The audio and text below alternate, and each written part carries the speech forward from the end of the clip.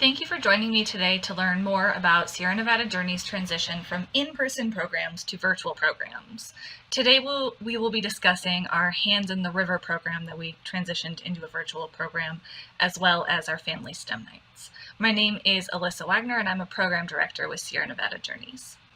This past spring, when all of our programs got canceled, our team jumped right into creating activities for teachers. We really considered how we could make hands-on science still hands-on, even though it was presented virtually. We also wanted to make sure we were providing teachers with things they could use and would use. We began by converting our in-person hands-on science programs into easy-to-use activities that teachers could provide their students as schools quickly shifted to virtual learning. Our team spent the spring transitioning our curriculum into videos and activity pages that teachers could assign their students. We started with our lesson plans from in-person and broke them down into bite-sized pieces that students could do. We tried to keep the activities to about 15 minutes each and the videos to about 3 minutes. Each activity lists the supplies needed, the recommended age range, as well as an estimation of how long it will take. We provided this information because we expected that parents would either be using these activities with their kids or when teachers assign the activities, parents would be helping. This picture is an example of a piece of one of our Watershed activities. You can access these activities for free on our website at sierranevadajourneys.org/free-teacher-resources. We learned that videos are the most popular, but also the most time-consuming to create. We used Powtoons to create animated videos to go along with activity pages, as well as filming our team leading activities that students could use their activity pages to follow along with. When creating the activities, we tried to ensure that the supplies we listed were those found in a typical household with many alternative options, just in case. Even with this in mind, we still received feedback that students were unable to do pieces of activities due to lack of access to supplies. So we had to continue to adjust to accommodate student needs. We also learned that teachers were using many different platforms, so we would need to create our activities in multiple formats. And many teachers needed the activities to be in multiple languages, as they have many students whose first language is not English. At the end of the spring, we surveyed teachers to learn what was working and what we needed to improve and what to remove when we began working on our units for the 2020-2021 school year. Using the knowledge we had gained from the spring, we then spent this past school year taking our in-person programs and converting them into virtual programs with live webinars with our educators, lessons teachers could lead with their students either in person or virtually, and interactive field trips.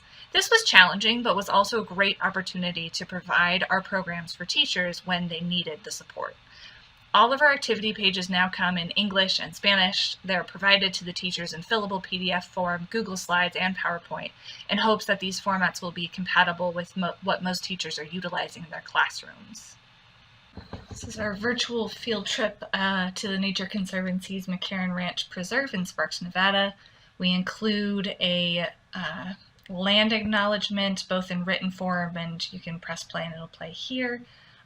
There's a video to teach students how to create interactive notebooks, or they could just print the activity pages we've created. And it's all self-paced. Students can go at their own pace. This is the menu. They just kind of proceed through all of the activities here. I'll give you a few examples. So let's start with what is a watershed. Before we can assess the health of a watershed, we need to remember what a watershed is. A watershed is an area of land where water flows and is stored. We're going to be looking at the Truckee River watershed, which starts in the Sierra Nevada mountains, flows into Lake Tahoe, down the Truckee River, and ends at Pyramid Lake. This watershed is very unique. It is called a terminal watershed because it stops at a lake rather than flowing all the way to the ocean. So there are multiple infographics throughout and other videos. There's things that students can explore, like different watershed maps. And so their creature hunt or macroinvertebrate hunt is the most interactive piece in how we really assess the health of the watershed. We are at one of my favorite spots here at McCarran Ranch Preserve. We like to call this the nursery. We call it the nursery because the Nature Conservancy, in their continuing efforts to preserve the natural ecosystem here at McCarran Ranch, has planted new baby trees. Observations aren't the only way scientists figure out how healthy a river is. They also look for a specific part of the biosphere. These little creatures live in certain areas of the river and can help us assess the river and health of the overall watershed. So throughout this field trip, students have different activities that they can explore. The directions pop up here. If there's some sort of organizational chart, that'll pop up here as well. Go done. Check out the different areas of the river. As you explore, be sure to draw and label or describe the creatures you find. We will use these descriptions or pictures later to help us figure out how healthy this spot of the river is. So then here's another activity where they're actually doing their macroinvertebrate hunt. All of these are clickable. They can search in all these locations.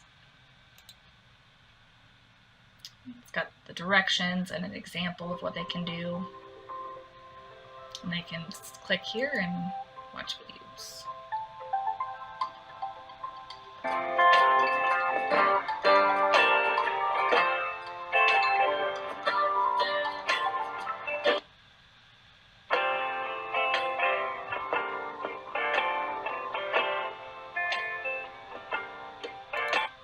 So all of these are clickable. They all have different videos associated with them.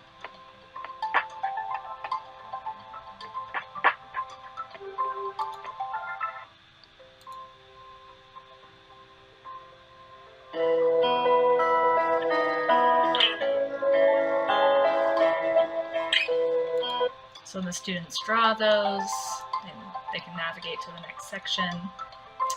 But there's also quizzes built in here where students can test their knowledge and understanding. So how much pollution can an intolerant macroinvertebrate handle before dying? So if they got it wrong, it tells them, like, try again, go back to this section to review it, and then they can get it right and retry.